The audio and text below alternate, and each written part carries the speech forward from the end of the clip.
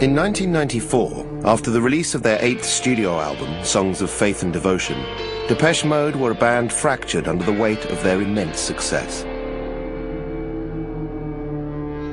Having travelled a long way from their humble roots in the Essex town of Basildon, England, and with a career spanning almost 30 years, it was over the course of 4 albums between 1986 and 1993 that they made their name as one of the most important, influential and successful electronic acts of all time. This film is the story of those 4 records. I think Depeche Mode created a remarkable balancing act in an individual style, which was to actually make very popular hit music out of some fairly dark themes. And I think that is possibly the key to their enduring success.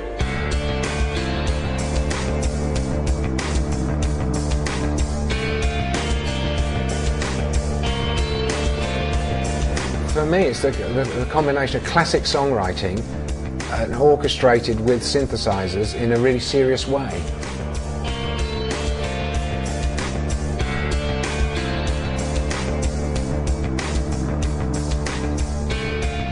The longevity of the band, the fact that they still feel fresh, still feel young, is a great counterpoint to, you know, rock acts that have lasted for decades, like U2 or the Rolling Stones or whatever. There's not many people in electronic music have done that and still, you know, done it in a fresh way, and I think we all owe them a debt.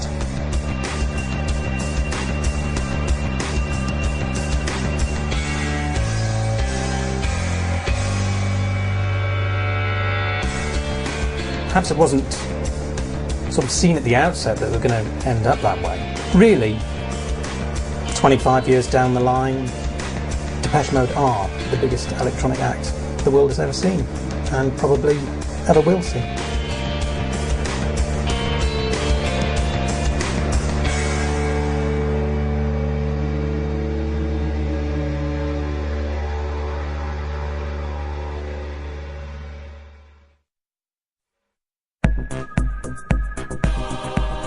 Depeche Mode was formed in Basildon, Essex in 1980 by neighbours Vince Clarke and Andy Fletcher, along with school friend Martin Gore.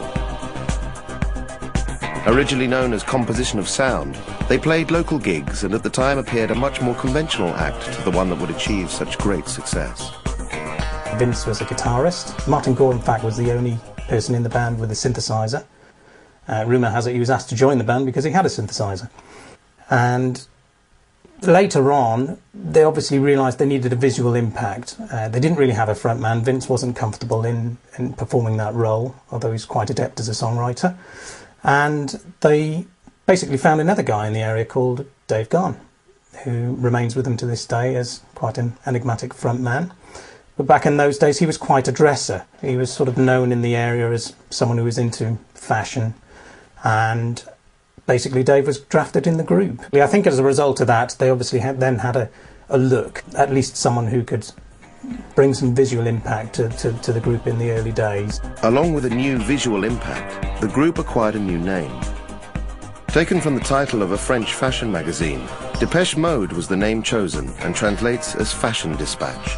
Depeche Mode consisted of 4 band members. They all had their own musical interests. Vince was very influenced by OMD, who'd probably notched their first 2 or 3 hit singles at that time, aware of the early Human League, Kraftwerk as well, so there was the electronic side of things. Dave Garn was probably more from a kind of rock background, the kind of music he was listening to.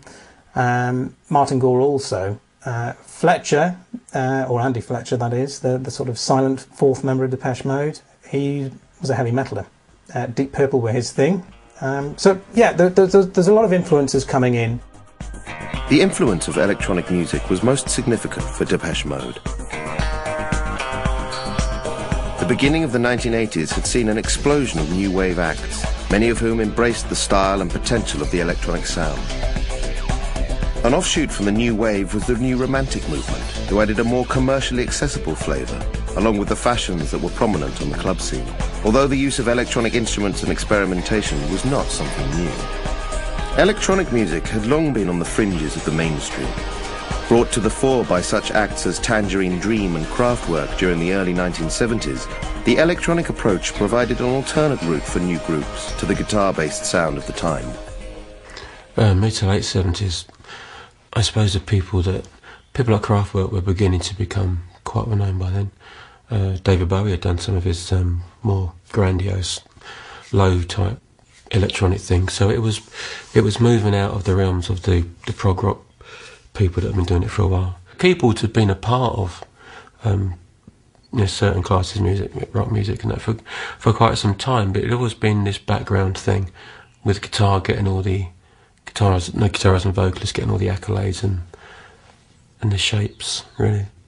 And then with Kraftwerk, it began to become a little bit more. The instrument itself started to become an instrument in its own right, I suppose. The 1970s was a period of great change in electronic music. The most important thing about the 1970s was that synthesizers, as they were the electronic instruments that musicians could use, started to change from being huge cabinets, and basically you'd need an articulated lorry to move these huge Moog synthesizers into much smaller devices called modular synthesizers, which you could actually pick up and carry in a suitcase. No longer did you have these great big modular things of 1,000 cables linking all these little boxes together that went in and did all that. You had a mini Moog now, and a few other things all beginning to come into one cute little box, and you could just sit there and not really know what you're doing and make these amazing sounds. But in the early days, synthesizers were very, very primitive, and you could really make one note at a time. And tape recorders were primitive. I had a 2-track tape recorder, so I had to program one sound and then rewind it and program a second sound and ping-pong them together. So it's very laborious, and you couldn't really afford to make mistakes because you could never go back and unravel them later. In a way, that was what made electronic music so interesting in those days, was it was so rarefied. There were only a handful of us doing it, and every time you twiddled a knob, you felt like you were pioneering, breaking new ground.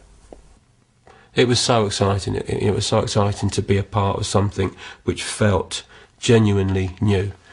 I'm not saying that it hadn't come before, because obviously it had. You had your Kraftwerks and people like that before, but it felt like it was beginning. It felt like a new generation of young people were beginning to grab it and see the potential. Amongst the many members of this new generation was a duo from Liverpool who would come to be known as Orchestral Manoeuvres in the Dark. Their involvement with the electronic sound would unwittingly have a profound effect on the eventual direction of Depeche Mode.